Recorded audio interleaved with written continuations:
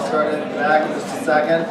This was the critical thinking challenge that we're going to start discussing today. We'll finish a week from today on Tuesday with the hopefully what may be more satisfactory than where we get to today. Students often tell me that in this part of the class there are more questions than there are answers, and so that is enormously frustrating for a lot of you, and I appreciate that, but it is an important part of marketing that we think about. So I've given you sort of a template for you to work in, and I told you I'd give you some time today to work in these in your groups, and then we'll talk about them. And I've opened the Dropbox. It's there. It says Marketing Ethics Critical Thinking Challenge, and it will be open until Tuesday at 11:59 a week from today. So I'm giving you some time in class today to work on this. Then we'll talk about some of it. We'll finish talking about it on Tuesday, and you'll have until 11:59 to turn in your group Critical Thinking Challenge and hopefully get some bonus points if you turn in an exceptional critical thinking challenge. Again, you'll want to do that because the average grades on the first couple exams in here hover around 65, and so you'll want to get as many opportunities for bonus points as you can get, and this is a good opportunity for that, particularly since this is my favorite topic for you to really shine. We started last time, so we'll start talking with your groups, and then you can see what other people have said. Maybe you want to refine your answers. We started in the last group critical thinking project. I had you go from top down, I think in alphabetical order of charisma, creative innovators, L5, etc. So this time, in order to switch it up, and this will give you an idea of when you're going to go, so I'll give you until about 11:15 to get your thoughts organized, elect a fearless leader. We'll go from the bottom up, so unified will be first, followed by the logical team players. So get in your groups, organize your thoughts. We'll talk about this. You might want to revise what you've got. I noticed there's one group that has submitted to the Dropbox already.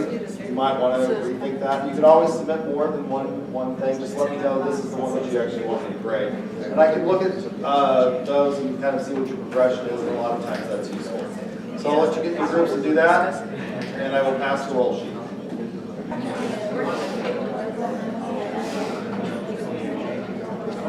All right, so let's start with Unified. Who is the benevolent dictator for Unified for the day? Or fearless leader, or beloved leader? Who's your spokesperson?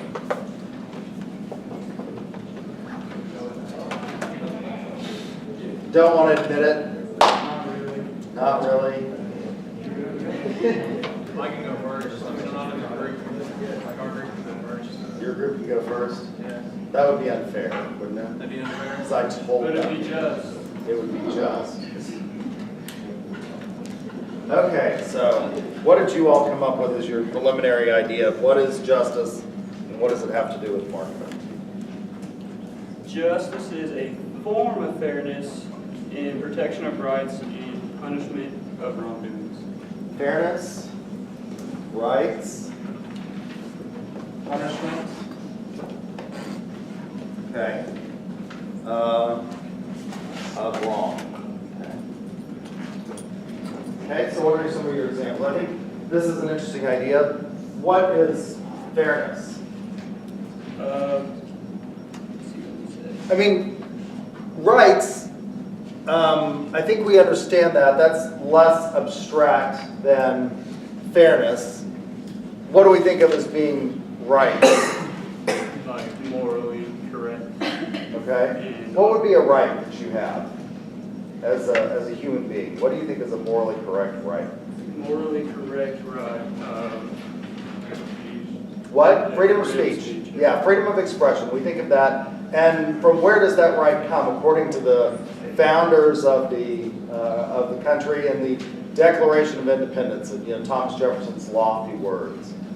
We hold these truths to be self-evident, that all men are created equal, that they are endowed by their Creator with certain unalienable rights, that among these are the right to life, liberty, and the pursuit of happiness.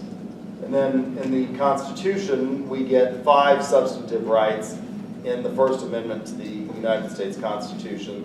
That's freedom of speech, press, religion, petition of government for redress of grievances and assembly. So those are rights, right? I mean, and where did they come from? They came from, well, in the Declaration, Thomas Jefferson says these are sort of God-given. That informs our understanding in the Constitution, I guess. You know, so maybe they came from God. Does God have something to do with it? Okay. So I like this idea of rights. Punishment of wrong. Okay, that's more concrete. We understand that. What about fairness, though? What's fair? We said it's not fairness in just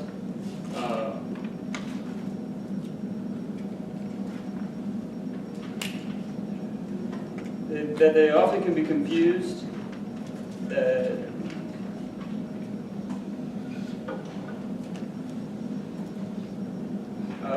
We said that fairness is more like a communistic view, and justice is more of a capitalism view.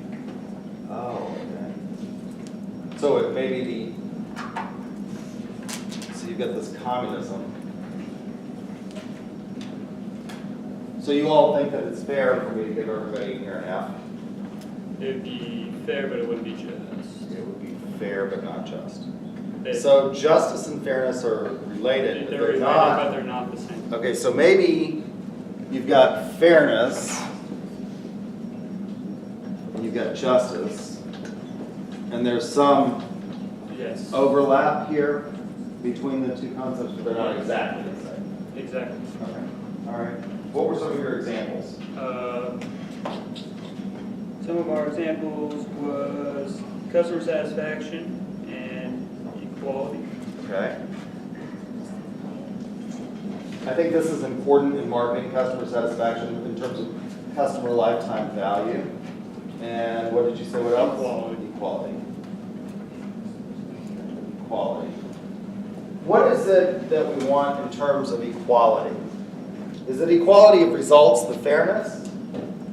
Or is it equality of access? There's a difference, right? So equality of results would be everybody in here gets an F, or everybody in here gets a C. Would you be happier with that? No? Happier, not happy. If I just said I'm going to give you a C and you all could not come anymore, would you be happier with that? Okay. Well, how about equality of access? I'm not going to guarantee you an A, a B, a C, a D, or an F, but I'm going to let you all come in here and listen to my plangent rantings, and I'm going to inflict knowledge on you, and I'm not going to deny you the access because you're female, or you're disabled, or you're African American, or you're Asian, or you're blonde, or you're a redhead. And we all know redheads have fiery tempers, so maybe we should bar them from the building, right? No, I'm not going to do that. So is it equality of access or equality of results? Access. Equality of access. All right, I think that's good. Very good. Clap. National team players, who is your fearless leader for today?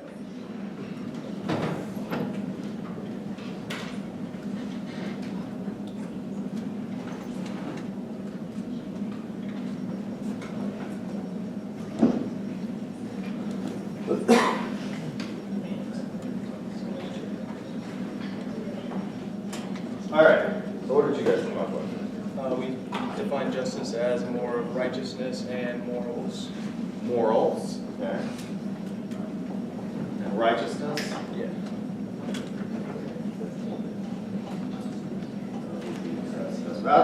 What is righteous? So how I would describe righteousness is it would go by the person's view, obviously. So just a viewpoint, really. Okay. So you may think that doing such and such is correct in your perspective, but in mine I may deem that not worthy. Okay, so it's individualistic. Yeah, Is that subjective? correct. Okay. All right. The examples that we used, because that's how we defined it, was that righteousness and morals. We used non-discrimination, Okay. Equal pricing for customers. Okay, pricing. So it's unfair that Walmart and Sam's get better prices than the convenience store on the corner? No. No? I mean, it depends on like how much the company pays, I guess. Well, if the convenience store on the corner wants to buy Reese's peanut butter cups from the company or from the distributor, they're going to pay a higher price and have a lower profit margin or have to charge you a higher price than Sam's, which buys not a box or a case of Reese's peanut butter cups. What does Sam's buy? Full. They buy pallets full, not just one pallet, not two pallets. They buy. So what does it cost Sam's to buy Reese's peanut butter cups? Probably absolutely. It's like very little. Is that fair? I mean, it goes by convenience really. So like if you're out in like the country or whatever, and there's a little convenience store, rather than you driving 30 miles to like a Walmart or whatever, then yeah, that's the pricing difference. But if you're near, like in the city or whatever, then you go to the lower price. The first syllable of convenience is what? What? Con. The first syllable, con. Is that fair? Not necessarily. Okay. All right. What else did you come up with? And the last one was image. Image? Yeah. So it's Machiavellian. It's not important. How do you mean image? So like your image can affect your profits, and that changes how people look at your company. Okay. And so that's inherently subjective, Yeah. isn't it? What about, is it more important, so Machiavellian, the prince, says, is it better to be loved or feared? It's better to be feared. But most leaders have to have a combination of both. And so it's better, so in the Romagna, for example, Caesar Borgia, he uses this example, goes in and he uses his lieutenant to go in and massacre lots of families. But then he massacres the lieutenant and he appears just in that. People thought that was great. Is that great? This is where the term Machiavellian comes from. I'm not sure that that's okay. All right, but these are interesting ideas. All right, very good. Wow. So, the easygoers. I'm going to see how easygoing you are with your.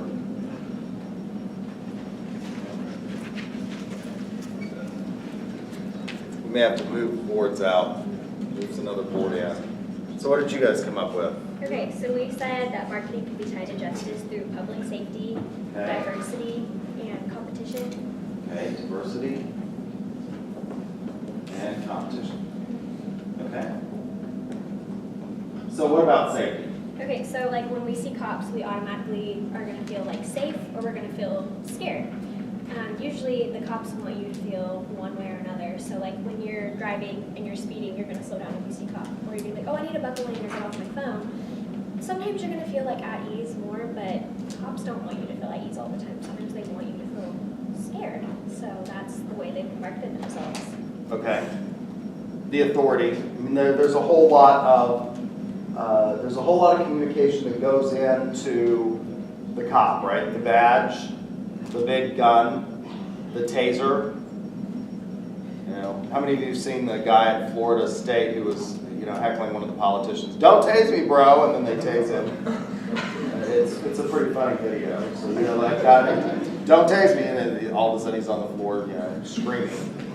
I used to teach criminal law and procedure. This is as an aside, and if you want to use a taser at that point in time, you had to be tased. Sort of like if you wanted to carry mace as a police officer, you had to be maced so that you could experience this, and so they tase you. I had a female police officer who had given birth to 5 children in natural childbirth. She had not used any epidural in her childbirth, and she said that tasing that experience was more painful than childbirth. Just to give you an idea. So there's a whole lot of authority, the badge, the uniform, the boots, everything about it, okay? And it also conveys, I guess, a sense of if they're around and you're in a bad crime neighborhood, you might breathe a sigh of relief that you saw a police officer. What about diversity? Okay, so Procter & Gamble, they have the talk ad. When you see that, it's talking about how African American parents, sit down with their kids, tell them kind of like what they're going to go through that day, and kind of get them ready for it. And that right there, like that's marketing in that commercial. Like it's marketing for diversity and like for their justice. Okay, all right.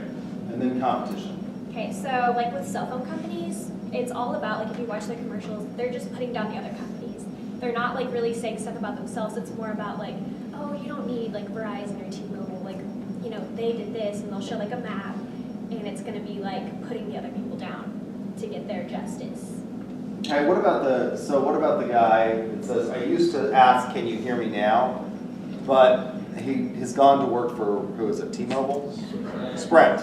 He's gone to work for Sprint. He says Sprint is now within, what? 1% of Verizon. Is that, so it is sort of putting down Sprint. I mean, it's making fun of that, but it's also giving you a comparison, a just, I guess, idea of what. All right, okay, very good.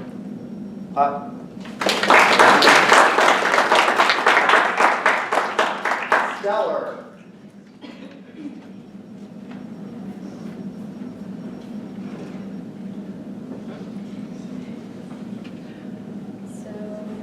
Basically, what we said is justice is the quality of being equal for all, exemplified by the morals set by society and the law. Justice is fueled by ethics.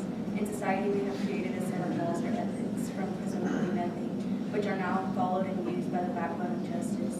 In marketing, ethics are nearly absent, leaving justice up to interpretation by the public. You think justice is absent from marketing?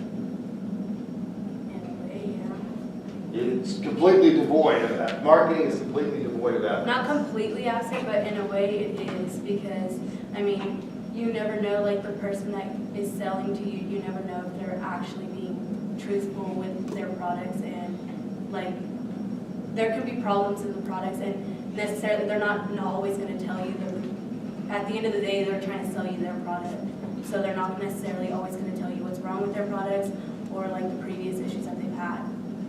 So, before in this model we had this idea of fairness and justice overlap. You're saying that marketing and justice, here's justice, and here's marketing, are mutually exclusive categories. I mean, in a way they can overlap, but is it always there? Possibly not. Do we have to print disclosures on, for example, pharmaceutical products? Yes. They make them as small as possible for a reason. They don't want you to see it. And you don't. They don't want you to see that, your head will fall off. Could cause, I mean, like if you listen to the possible side effects, it sounds really bad. Could cause explosive diarrhea. Like, that doesn't sound fun. Why would you take this?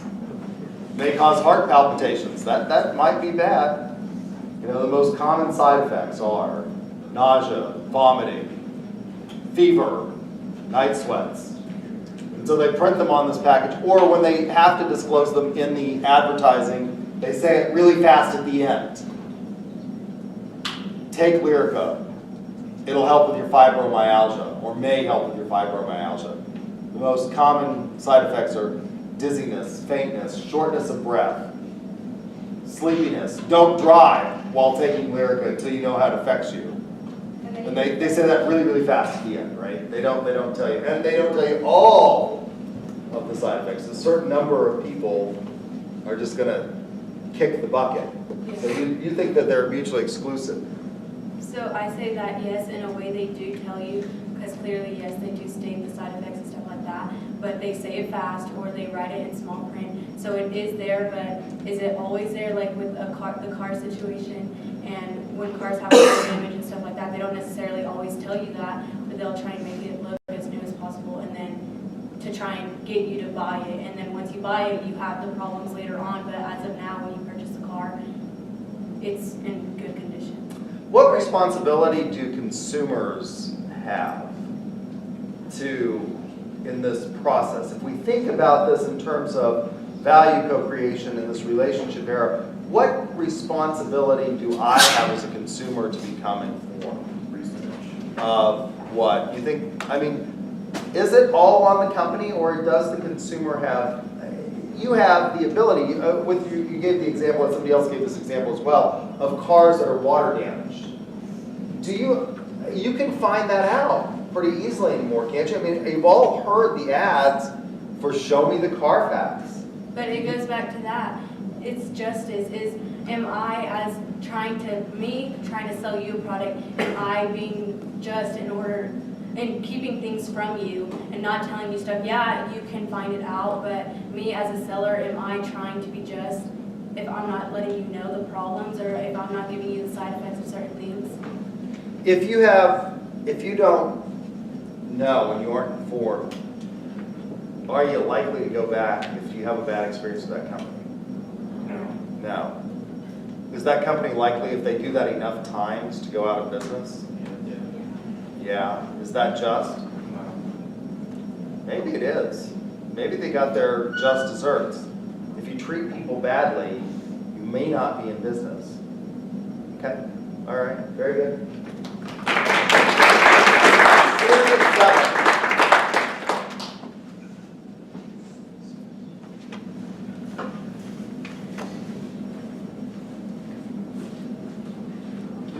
Okay, so how we got the definition of justice is means being just in behavior or fair treatment, but being just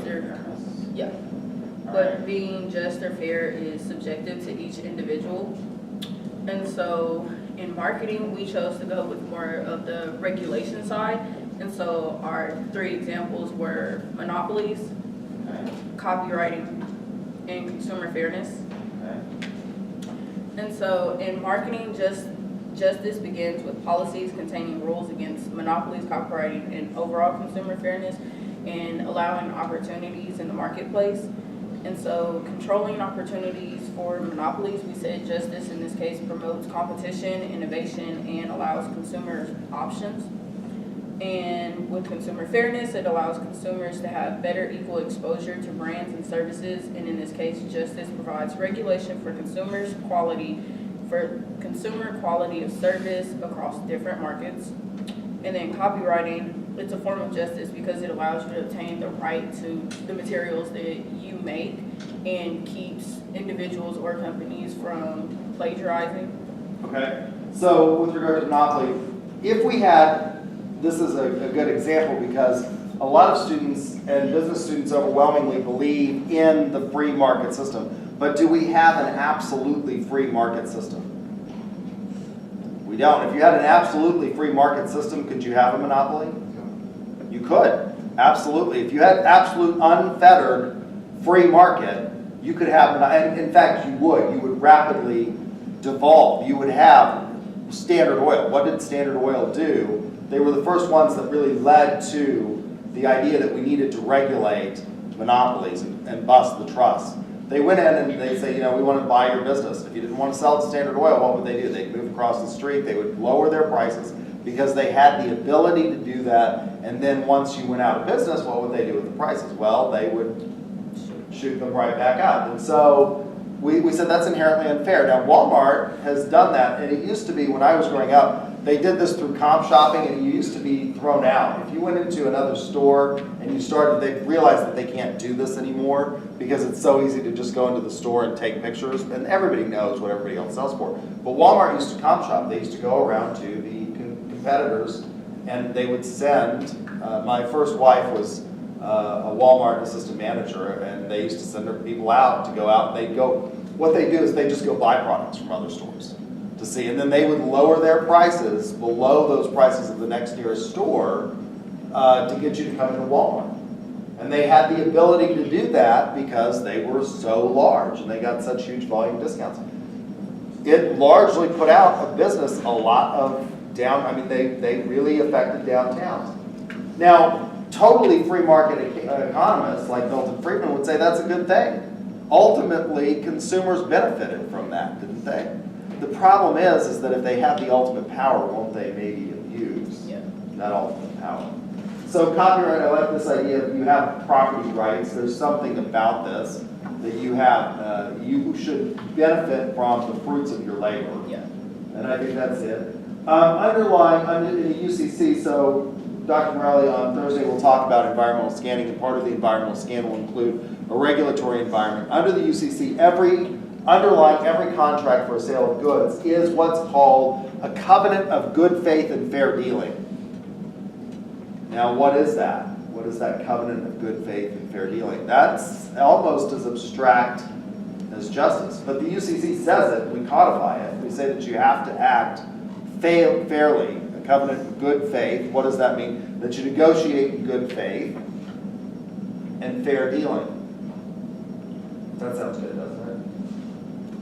What is negotiating in good faith? How many of you have seen a movie? It's a rather old movie at this point in time, but it's amazing to me how many of you like old movies, sort of ancient of days movies. Pretty Woman. Oh, that was pretty. You love Pretty Woman. Why? That's like you look at the hair and those god awful dresses that she was wearing back then. What is it? Yeah, I don't know. For me, it's kind of like my mother always wanted me to watch black and white movies. You know, she had these great fond memories of these old black and white, and Casablanca. God, it's awful. Poor. And the acting is poor. I don't get it. But Pretty Woman, a lot of you have watched the movie. What is Richard Gere in that movie? He buys companies and then Sells them, right? And he sort of fibs. At the end, he has this epiphany, and the guy says, well, what about our contracts with the Navy? And he says, well, they weren't really dead. I was just bluffed. They were just delayed. I was just bluffing. And he says, well, you're very good at it. He says, thank you, it's my job. Is it okay to bluff in business? I don't really feel like you can I don't feel like you can get maybe exactly as high as you want to get if you want to get to a Walmart. Like, I don't feel like you can really get to that place without some bluffing. I mean, I don't think the process of many businesses are totally just and fair. Everybody has equal opportunity. Okay. But you have to think outside the box, and that's a way of thinking outside the box to get your business where you want it to be. Okay. So maybe we should go into this knowing my rule. I call it the rule of tall. As you think about this as consumers, they all lie.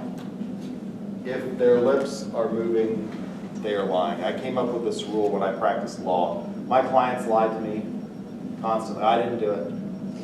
What about the kilo of the cocaine that they found in your dresser drawer? Not mine. Who did it belong to? Some dude. Some dude just threw a kilo of cocaine in your dresser drawer. Yeah, some dude. The police. Did you read them their rights? Oh yes. I read them their Miranda rights. Lie. They lie. No, they all lie. The rule of tall. They all lie. Their lips are moving. So maybe we should go into that knowing they're lying. I don't know. Okay, very good.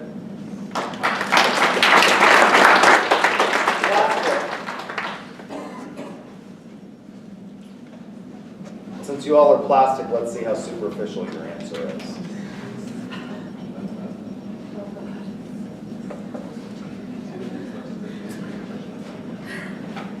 So we said justice is giving someone or something what they deserve. Okay, this is important. The deserts theory. An eye for an eye, a tooth for a tooth. Okay? We're bringing light to what feels right or wrong. We said the expectation for marketing and justice is the same because you want to focus on the majority of your audience or buyers and sellers. And we said that it's changing because the social awareness is changing. Changes, okay. All right.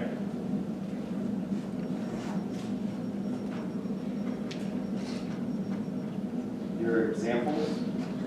We're advertising, buying, and selling. Okay, advertising, how so? Well, we said advertising was kind of because you want to target the mass majority of people just like justice, you want everyone to feel like they're, I guess, So you've got some idea of inclusion? yeah. Okay. All right.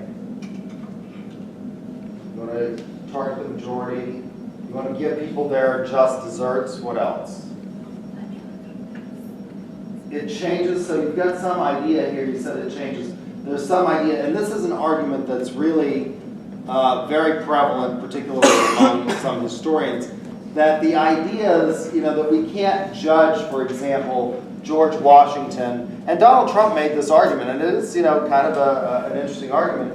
When they were talking about getting rid of the Confederate statues, he said, are we going to get rid of the statues of George Washington and Thomas Jefferson? Both of those men were slaveholders, right? They both engaged in what we now consider to be an abhorrent cultural practice. Now, I don't know. I mean, how do you answer that? I mean, if you were an absolutist, wouldn't you say, yeah, we ought to get rid of it. We ought to rename Washington, D.C. something else.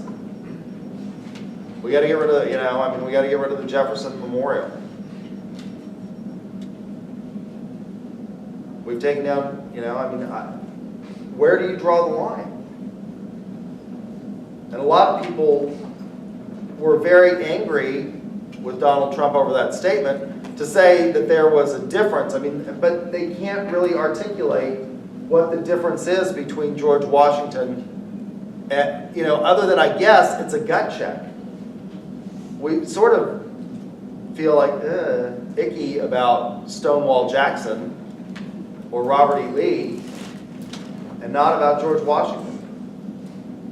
Is it that Robert E. Lee and Jackson were known primarily for their racism, whereas Jefferson was known mainly not for his behavior and practice, but his ideals, even though he didn't necessarily live up to those ideals?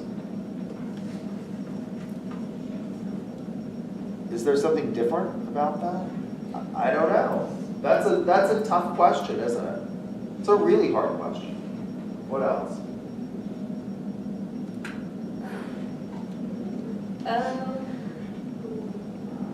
Well, we put politics at first, but I didn't really know a good way to back it up because I feel like, especially now, people aren't really, it's not very fair. Like, That goes along with politics the are, majority view. yeah, I feel like everyone's so split. They've always been split because we've had different parties, but everyone's so angry at each other, so I guess that didn't really make sense to me. Okay. All right. Well, you can think about it some more, refine this. Very good. All right, clap. Lyrical direction.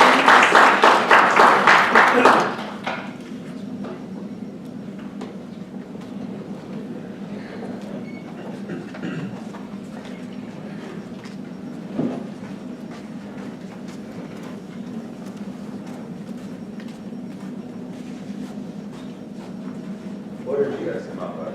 Came up with justice is the concept of fairness, just relations between individuals and society. It combines ethics and morality into a system of fairness and impartiality. I think there's something in this that you got here, this idea of impartiality. You don't want me to judge you if I am going to be inherently biased against you. Yes. It's the reason that we don't allow, for example, victims to sit on the jury of the accused, right? They would be inherently swayed to maybe vote to convict when maybe it's not. So impartiality, I think there's something to that you want someone to be impartial. And in fact, the most iconic figure of justice is Thebius, the goddess, the Greek goddess of justice, and she's always, always, always depicted as what? As blindfolded. So that, justice is blind, it's impartial. So I think there's a nice concept there. Okay, what else? Examples? Yeah. Our three were honesty. Okay, honesty. Yeah. image or stupidity at the same time, and then integrity. Okay. And you said stupidity? Yeah. Let's start with stupidity. What is stupid? Well, a couple examples we have are like the H&M shirt from a week ago, or the hoodie, the wildest monkey in the jungle is what it said. I didn't see that. Okay, so H&M ad, I'm sure most of you guys saw it, I don't know. They put an ad out, there was a black child in a green hoodie that said the coolest monkey in the jungle. And then the Weeknd, G-Eazy, and all these people started dropping them in. That just made their image look bad, and they pulled a really stupid move. Okay. It's amazing how many times businesses do stupid things. Yeah, and then we had the Pepsi commercial, Kendall Jenner, and then the AT&T 9/11 commercial. Okay. So just stupid that they think they're smart, but They think they're being funny or cute. Yeah. And it just falls flat. Yeah. Okay.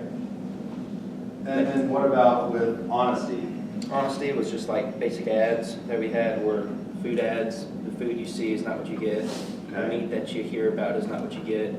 The diet pills with the people, six-pack abs and big biceps, they don't tell you that those people are all on steroids and working out all day. Right. Just, Sort of like Jared, before Jared became Yeah. a child molester, he said, I lost all this weight on Subway, I ate at Subway. And what they don't tell you is that, yeah, he ate at Subway, but he had just basically a plain sandwich, no mayonnaise, meat, lettuce, and he did go and actually started walking.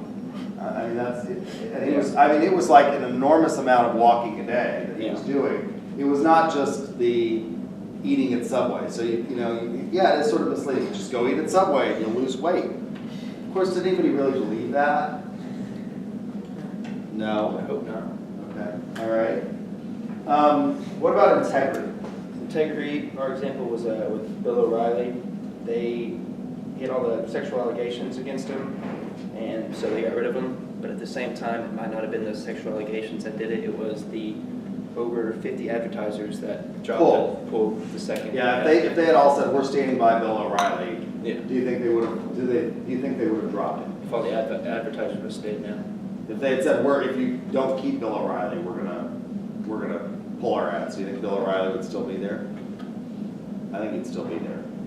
I like this idea that you have about it's some connection between the individual and society, that we owe something. It's more than just ourselves. It has to incorporate, and this is an important part, when we talk about stakeholder theory, it's not just looking at your customers, it's looking at all your stakeholders from a global perspective. So that's not just people that you sell to, it's also your employees. It's also the suppliers that deal with you. When the government shut down, if it had gone beyond Monday, who else would have been affected besides just your employees as the government? Well, it's people who sell stuff to the government who rely on that as part of their businesses. There's a whole lot of people who their sole business may be selling to Tinker Air Force Base out here. And you shut down the government and you've just killed their business. It's thinking about those things from a global perspective. Okay, very good. Let's see. L5, you did Miracle Productions, right? L5.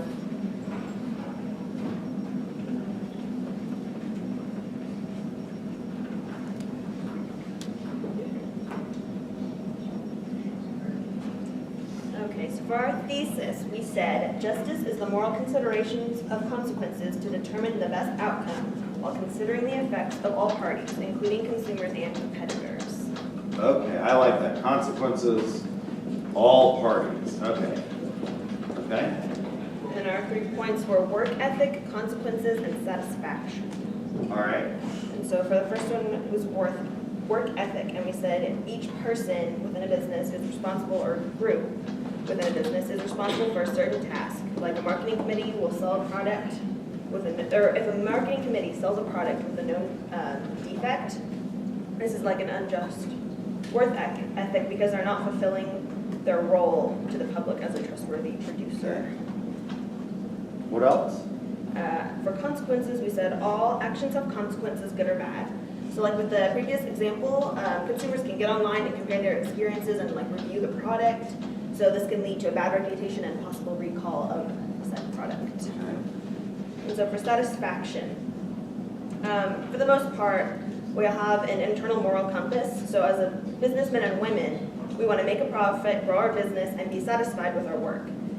We cannot be fully satisfied selling a defective product because we didn't fulfill our goal of making/selling a good product. Okay. All right. So let's go back to work ethic. I think there's another aspect of this, and did you all consider this? What about the problem of the free rider? It's one of the things that we have. When I was a student here at UCO, years and years and years ago, I hated group work. I just couldn't stand it. Because everybody knew, you start getting into classes with people and you see the same people over and over and over again, and everybody knew I was going to law school, and so that there are two ways that law schools evaluate applicants, and at that point in time, there were about 35 applicants for every seat in a decent law school. It was far more applicants than there were seats. And so the way law schools evaluated that was they combined your LSAT score with your undergraduate GPA. And what they did is they multiplied your undergraduate GPA by 12 and added 100 points to it, and then they came up with an index. And so they would say, we have 200 seats, and they just went down the row and counted till they got to 200, and that was who got into law school. The only way that your essays and things like that mattered were for what they called the bubble kids. The bubble kids are the, so you get to the last 2 or 3 seats that you have, and you've got people with exactly identical index scores.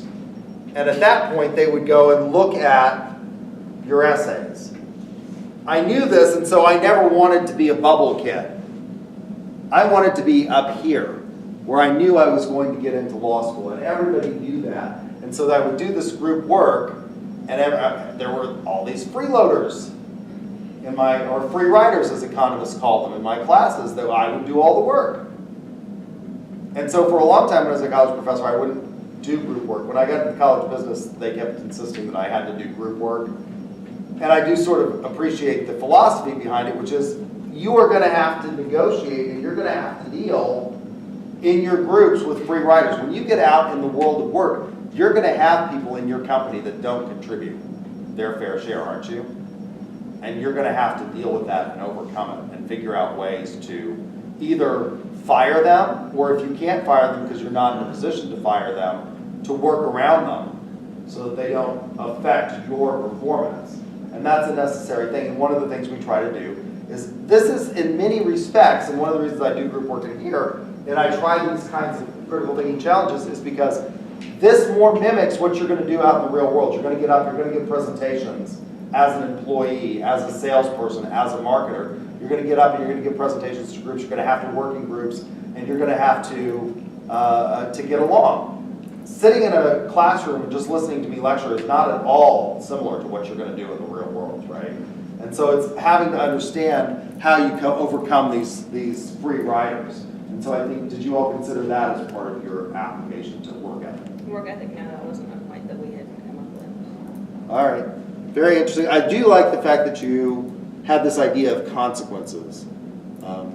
Does morality and ethics always rely on the consequences? Not necessarily. Some people. So sometimes it relies on the Yeah. consequences. Kind of the same with the internal moral compass. Like not everyone cares, not everyone necessarily has that, but Okay. I thought that was an important point.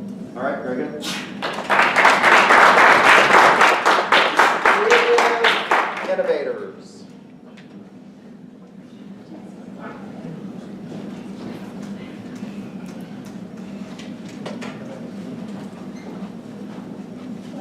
Hello. What did you all say? Okay. Oh man, I just, okay. Justice is determining the level of fairness, satisfaction, and integrity in marketing. Okay. Our So we have examples, another fairness. You all came up with something else that was integrity. Okay. All right. What else? and satisfaction. Satisfaction. Okay. So our three examples included perfect competition, customer satisfaction, and advertising. For perfect competition, it was total access to information, like show me the Carfax, Okay. stuff like that, being completely fair to all consumers. Keep shading. Consumer fairness for that.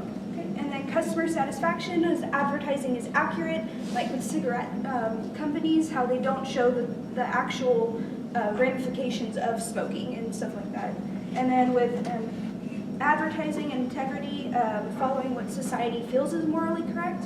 Like we do have the Pepsi commercial that someone else talked about where that was with Kendall Jenner that was almost automatically pulled after that they showed the commercial. Okay.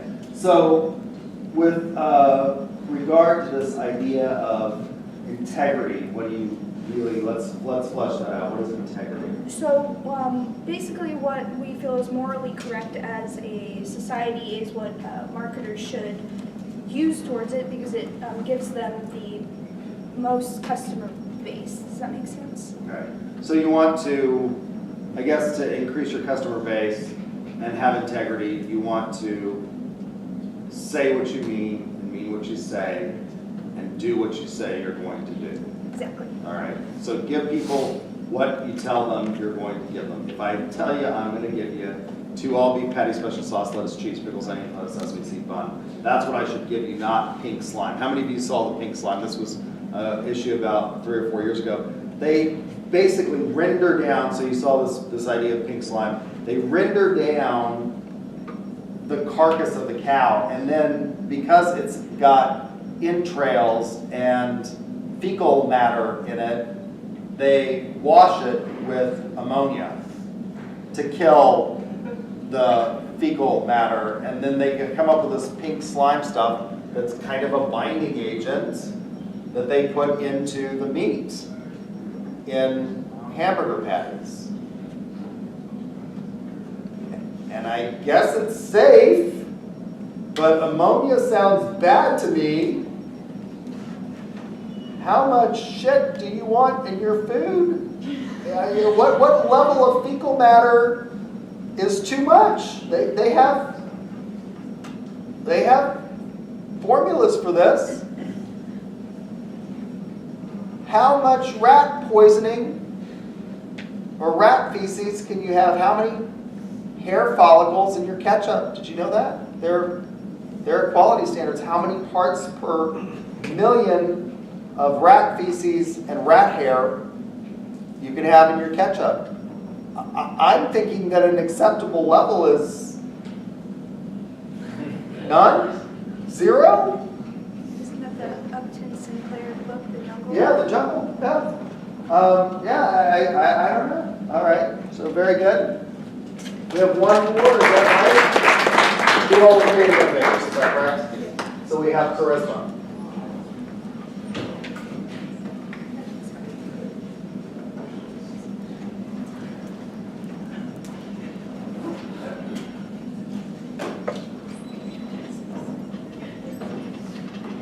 So we said justice can be characterized by having honest transparency, pricing products appropriately, being concerned with the welfare of your consumers, employees, stockholders, and suppliers. This is stakeholder. All right. So honesty, brutal honesty. Yeah, Okay, that's fair. brutally honest. All right. What else? Pricing. Oh, pricing is a huge issue with regard to justice and marketing and fairness. What is fair pricing? So again, a minute ago we had somebody that said, giving everybody equal prices, not having discrimination in the pricing. Is that okay? If I buy more, should I get a discount? Should I get a bulk discount? Yeah, I think that's fair. Is it? Is it fair that I'm going to charge the guy on the convenience store less or more than Sam's? No, I guess not really. I guess Walmart would say it's fair because if he wants to buy that level of, if he wants to buy that many, if he wants to take a risk, they are taking a risk, right? Walmart is taking, if you buy a warehouse full of Reese's peanut butter cups, what can happen to those Reese's peanut butter cups before you sell them? You know that. Yeah, a whole lot of stuff can happen. Sam's is taking a huge risk in buying this stuff. Like, you know, the warehouse where they transport them out of, what happens in Oklahoma, we're coming up on tornado season, it all go. Okay, so what else? So you said honesty, what else? Being concerned with the welfare of consumers, stockholders, suppliers, and employees. Okay, so you took a stakeholder approach to this, including and thinking about everybody. Now, the trick with that is, how far out do you go with thinking about this? When we think about the transaction, how far out can you go, and how far is too tangential?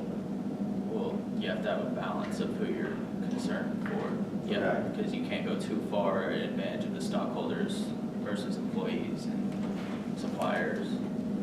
Okay, so let me give you this example with regard to that. In the 1950s, the drug companies came up with a drug called diethylstilbestrol. That's a mouthful, isn't it? And what this drug did was it allowed women who spontaneously aborted their fetuses to carry a child to term. So there are a lot of problems that you can have with regard to fertility issues when it comes to having a baby. If you have this problem, most people, unlike me, I don't like children. I never wanted children. They make me nervous. I don't want them. I can't stand to be in the same room with them. And so, but I'm unique. Most people want this little piece of immortality. And it's very difficult for people who can't have this to deal with it. And they will go to great lengths to get a child. One of the problems that you can have is that you can get pregnant, but you cannot carry the child to term. For some reason, there are a significant number of women who will get pregnant and they'll spontaneously abort, which is also called a miscarriage. And so this drug, diethylstilbestrol, was marketed to allow these women to carry that child to term, and it was tested and it seemed to be safe.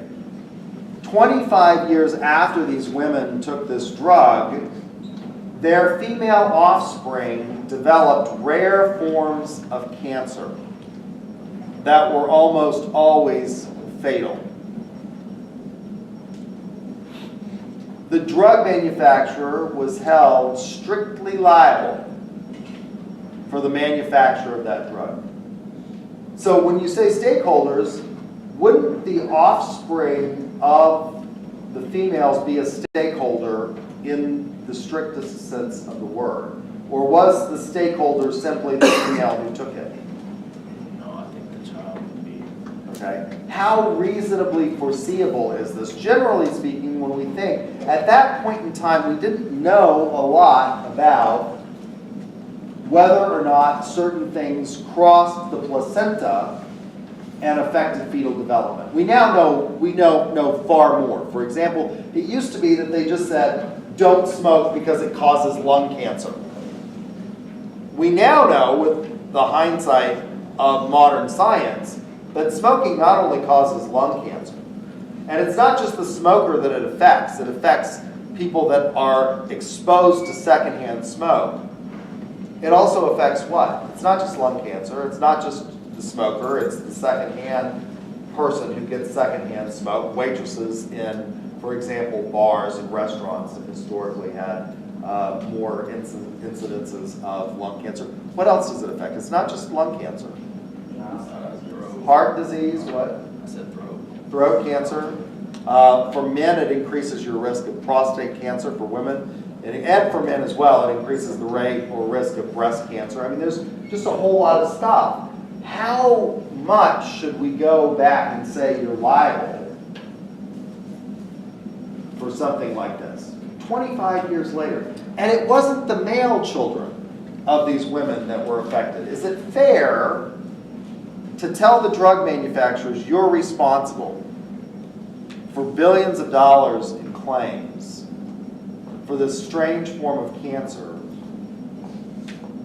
for women that took this drug 40 years ago to get pregnant, carried a child to term, and now that child is that fair? No.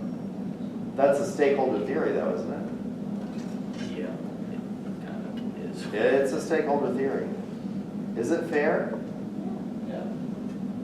What makes it fair? If they didn't take the pill, the baby would have died before it was born.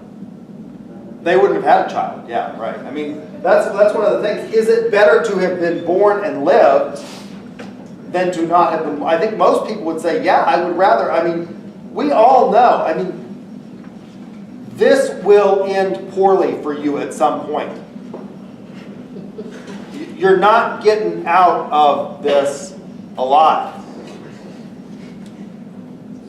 Think about how we cling to something that we know is going to end badly for most of us. You know, there's the rare exception of the person who, you know, dies in an instant in a fiery plane crash or something like that, never knew what hit them. But the vast majority of this, and yet it's better than the alternative, which is to never have known. Thank you. I am out of time. Dr. Morello will be here on Thursday to talk environmental scanning, and then we will finish this. There are some really good ideas here. I enjoyed the debate, and we'll talk more about ethics on Tuesday, a week from today.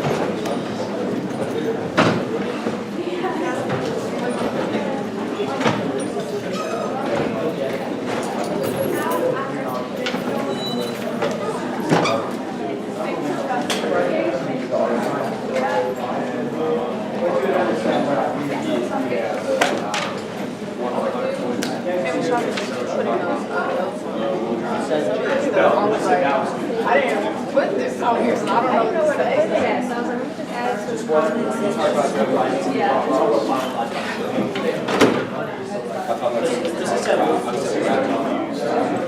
Talking about the critical thinking one? Yeah. Oh, okay.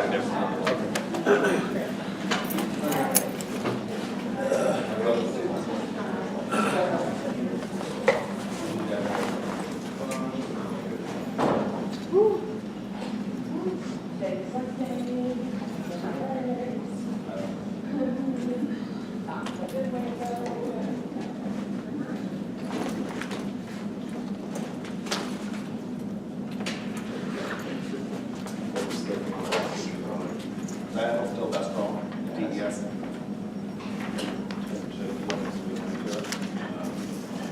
I just like to know about the things talk about.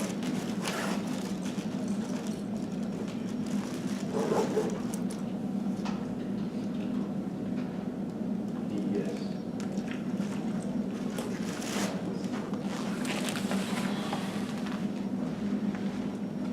I ran across a video the other day.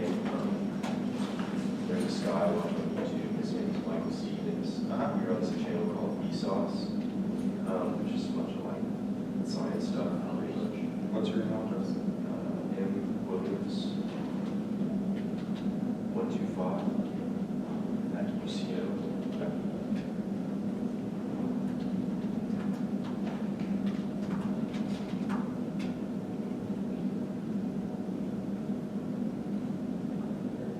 Thank you. And this Michael Stevens guy ran a pretty valid experiment on the trolley problem. He worked it out in real life, and how they did it was pretty cool. But basically, I think only 2 people actually switched the lever to kill one person. Really? The others could make like a conscious decision. They were like just so shocked. They were so paralyzed. They couldn't make a they decision. didn't move. I can believe that. Most people, you know, I mean, it's one of those things like, and there's lots of studies that back this up, that people think that they can carry a gun for safety, and the vast majority of people have the gun taken away from them and used against them. They just, when it comes to pulling a trigger on another human being, you think you can do it. Yeah. You just can't. And before they selected who they were going to use for the experiment, they got like Pepperdine's ethics board involved. He went to a psychologist to make sure like what they were doing So like right before the plane was gonna kill the guy, how they did it, they just basically took a camera. It was basically just all like a simulation, but how they did it was pretty legit. But right before the plane was gonna hit, rather than one person, but 5 people, it said, like it went black and it said like, this experiment is over, blah, blah, blah, and they came in and talked to them. But they selected people who they thought would have a low, like they could rebound from that very easily. They wouldn't like call it a lot for getting PTSD or anything like that. Which was kind of cool. That's really interesting. Yeah. I will see you Thursday. Tuesday. You guys will have a.